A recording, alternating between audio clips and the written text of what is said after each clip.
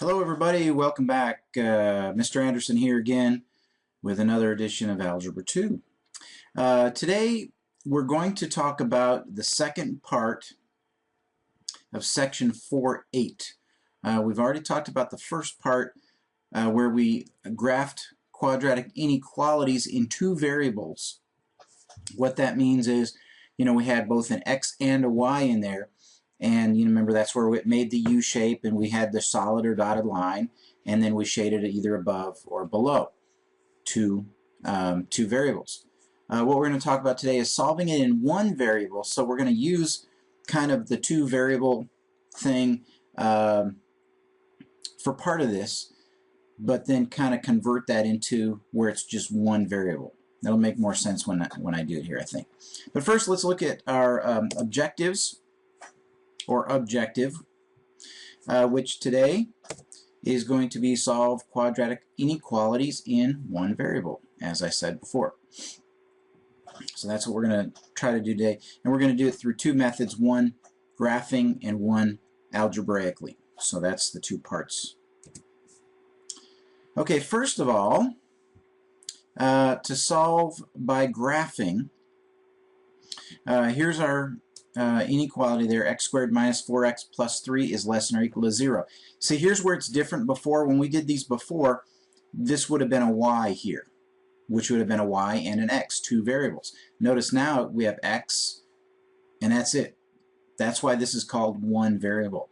But we're going to go ahead and graph this in two variables on the x and y coordinate plane here, and then just kind of convert it to where it's just the x part. Okay, so since we're going to graph here, what we want to do is get out our calculator,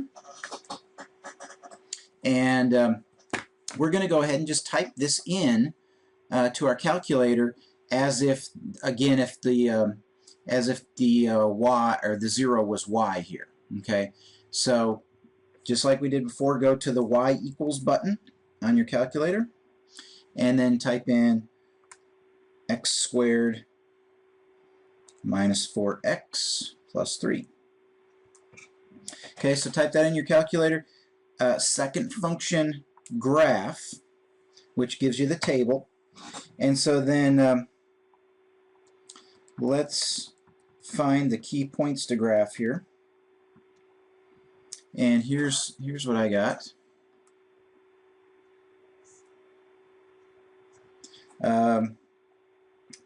This one's pretty key here. 0, 3, 1, 0, 2, negative 1, 3, 0, and 4, 3. Okay, so those are our points. Let's go ahead and graph these. So we've got 0, 1, 2, 3, 1, 0, 2, negative 1, 3, 0, and 1, 2, 3, 4, 1, 2, 3. Okay, so that's what the graph in two variables would look like. Now I'm just worried about the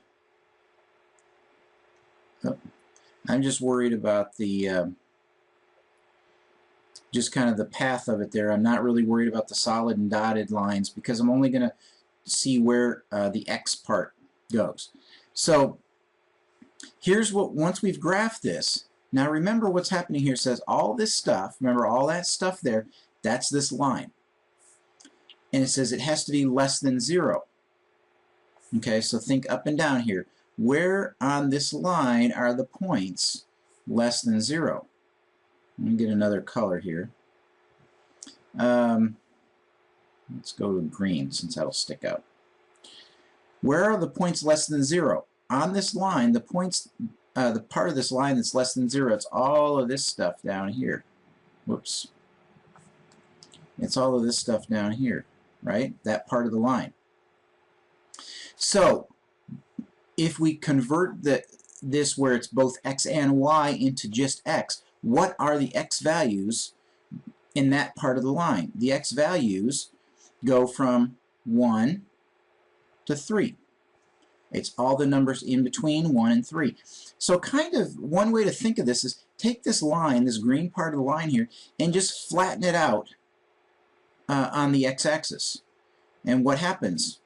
You're going to get a line, and because it's not equal to here and that, you're going to get a line that looks like this. We just took that green part and flattened it out on the x-axis. And so what's that solution? That solution is where x is less than 3 and greater than 1. So it's the set of numbers of x where x is less than 3 and greater than 1. So that's how we would give our answer, because that's the x values where this was true. So again, we used the two variables, the y and the x, to kind of get this shape of the graph, but then we just smushed it up against the x-axis there to see what the values of x are that work in here. And in this case, it's the values of x greater than 1 and less than 3. Okay? Might be a little weird, but we'll do another one here. Okay? Now in this one, we've got 2x squared plus 4x minus 5 is greater than or equal to 0. So go to your calculator, type that in. 2x squared plus 4x minus 5. Again, hit the second function and graph, so this gives you the table of values here. Here's what I've got that are kind of the key parts, I guess you could say. We've got -3, 1, -2, -5, -1, -7, 0, -5, 1, 1. Now, do you notice anything there? There's no zeros here. And the key part was kind of where our graph crossed the x-axis. That were the kind of the key parts, if you remember. But let's go ahead and graph these. I got -3, 1, -2, and -1, 2, 3, 4, 5, -1, -7, 0, -5, and 1, 1. So this one's going to look something like this.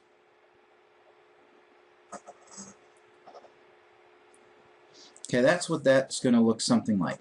Now, part of the problem here is, and I haven't really drawn this exactly the best, but the key parts to this graph,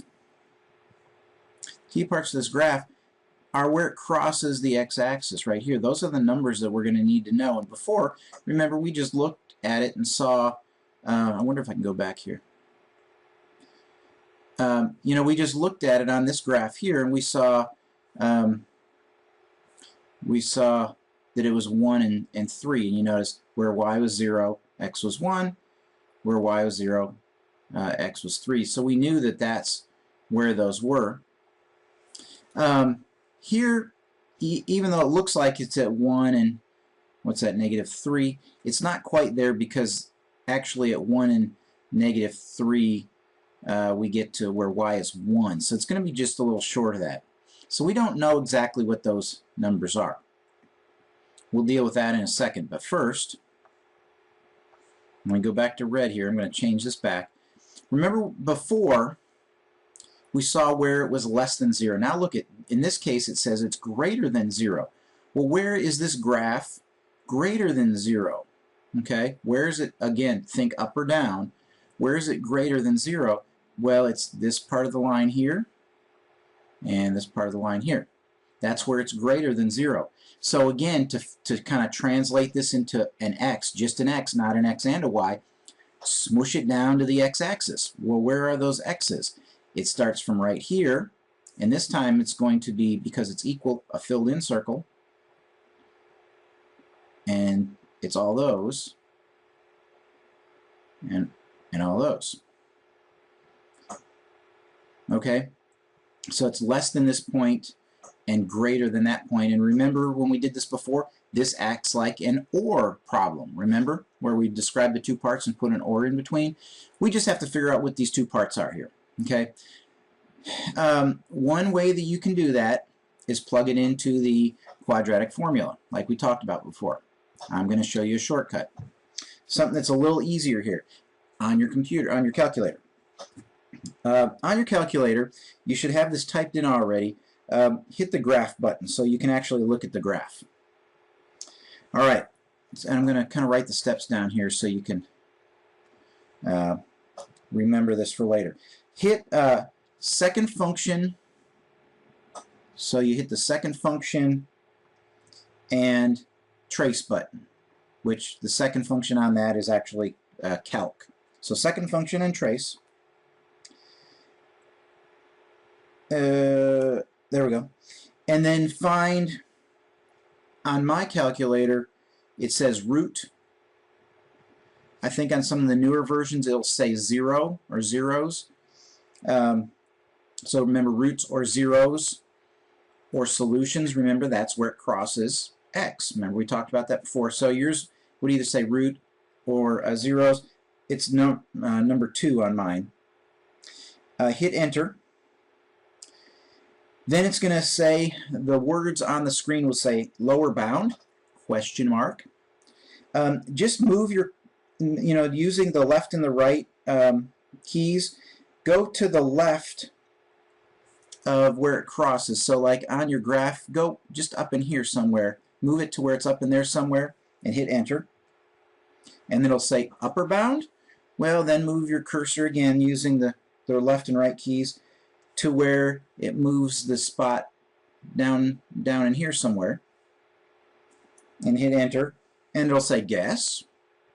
You don't have to guess, just hit enter again, and then it will tell you what the root is. And so then in this case it tells us that this value right here, and it's going to be kind of a long decimal, so we'll approximate it, that is negative 2.87 approximately. Does that make sense? 1, 2, it's going to be just a little short of 3, so yeah, negative 2.87, that seems correct. So in this case we'll say, for this part of it, we'll say that x is less than or equal to negative 2.87, or x would have to be this part greater than or equal to, we got to figure this one out. So let's go through the same steps here again. Second function trace. So second trace, root, enter, again just move the trace thing on your somewhere about in here, or you could just even leave it where it was over here, as long as you have one on this side of the line and one on the upper side. So hit enter. It says upper bound, move it to where it's up above, it's up here somewhere, enter, guess, I'm not going to guess, just hit enter again, and then it'll say root, in this case is 0.87. Does that make sense? Again, 1 was right here and this was just a little bit to the left of that, so 0.87 seems to be correct there. So what we would say here is x less than or equal to negative 2.87, or x is greater than or equal to 0.87. And again, because it's equal to, we include the equal to signs here. Okay, so that's solving by graphing. Just a quick note here on these. When you go to graph these, if let's say for example your graph is like up here somewhere, you notice it did not cross the x-axis, did it? And so in this case, if you got a graph that looked like this, and it had all whatever the equation of that graph was, and it said it was, let's say it was less than or equal to 0, and this is what you got, is any part of that graph less than 0? No. So if you had something like this, then you'd say no solution or empty set. If instead of less than or equal to 0, if you got a graph like this and it said greater than or equal to 0, is any part of that graph greater than or equal to 0? The whole thing is. So then you would say the solution would be all numbers, all real numbers. So that would be what would happen if you get a no solution or all numbers, what the graph would look like. Okay? All right, then solving algebraically is the second part that we have to talk about. Basically, when we solve algebraically, we're going to use factoring. Remember how we've talked about factoring? So get everything on the same side so that it's just a 0 over here. And actually what we're going to kind of do is solve this as if it were equal to 0, and we'll deal with figure out the greater than, less than part in a little bit. So x squared plus x minus 2, we're going to factor that down. So I'm going to say what two numbers can multiply to be -2 but add up to be 1, because this is 1x here. So you say, oh, well, that's got to be like 2 and -1, right? 2 times -1 is -2, but 2 minus 1, or 2 plus a -1, is 1. So this would factor down to x plus 2, x minus 1. And remember, to finish solving these, remember we find out what does it take to make that part equal 0. X would have to be -2. And to make this part equal 0, x would have to be 1. So what we did was we found what the solutions would be if this were to equal. So then what I'll do is kind of think of this as being like on a number line here. Here's -2, -1, 0, and 1. And basically these two numbers, the -2 and 1, kind of split this up. I'm going to draw like some dotted lines here. It splits it up into 3 segments, out here, in the middle, and out here.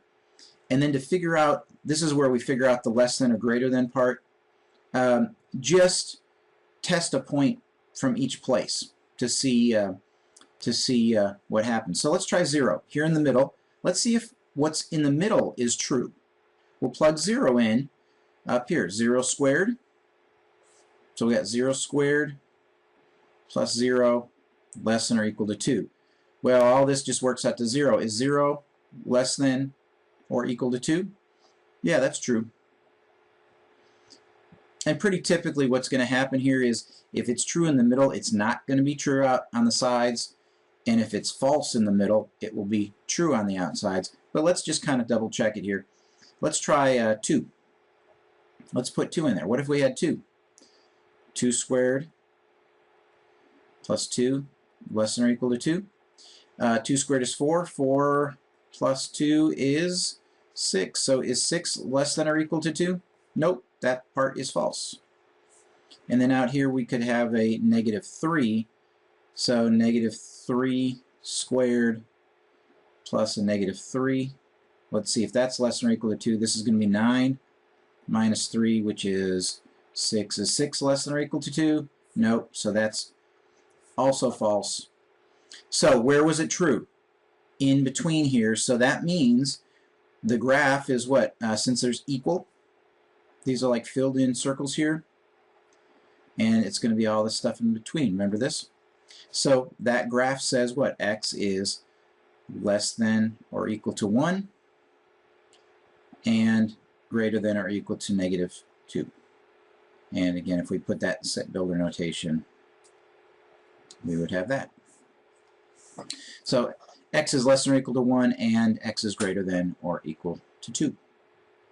Okay, so that's how you do that algebraically. Again, you could also do that when graphing and look at the graph in two variables and then see, and you'd find out that where that part of the graph was either, in this case it'd be less than 0, would be in the middle, like right here. Like this graph, if you did it in 2 variables, would look something like that. And so less than 0 would be all that stuff in there. Okay, one more. Again, we got to get this equal to 0, so plus 30. So x squared plus 11x plus 30. And again, we're going to just find the solutions to see what make it equal 0. So let's factor it. What times what is 30? That adds up to be 11. And you go, oh, hey, 6 and 5. 6 times 5 is 30.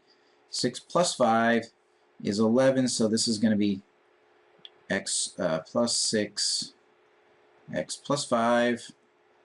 So that means the solution is going to be x equals negative 6, x equals negative 5. And then, again, think about this on a number line here. These are actually kind of close together. So you got negative 6 and negative 5.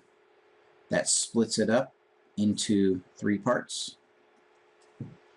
And so I always like to start with 0 if I can. 0, remember, is going to be like over here somewhere. So let's check this part first. Put in 0.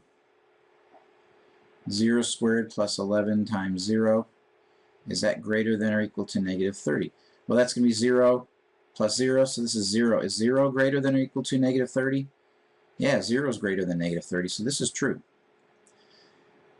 So do you kind of have an idea what's going to probably happen here? What's in the middle is not going to be true, and what's out here should probably be true as well. Let's double check it. You know, negative 7 out here. Let's try negative 7. Negative 7 squared plus 11 times negative 7. Let's see if that's greater than or equal to negative 30. Negative 7 squared is 49. This is going to be minus 77. And so I've got 49 minus 77 equals negative 28. Is negative 28 greater than or equal to a negative 30? Yes, it is. Remember, with the negatives, it's kind of backwards. So this is true, which we expected. And then not as easy since these are right next to each other, but let's just pick negative 5.5, which is right in the middle here. This should not be true. We expect that not to be true. So negative 5.5 squared plus 11 times negative 5.5. Let's see if that's greater than or equal to negative 30. So if you're squaring this here, remember, put parentheses around that in your calculator. So parentheses, negative 5.5, parentheses squared, plus 11, and then again I would just put parentheses negative 5.5. And so I get negative 30.25. Is that greater than negative 30? No, remember, if you're looking at a number line, that's just a little past, so it's actually less than.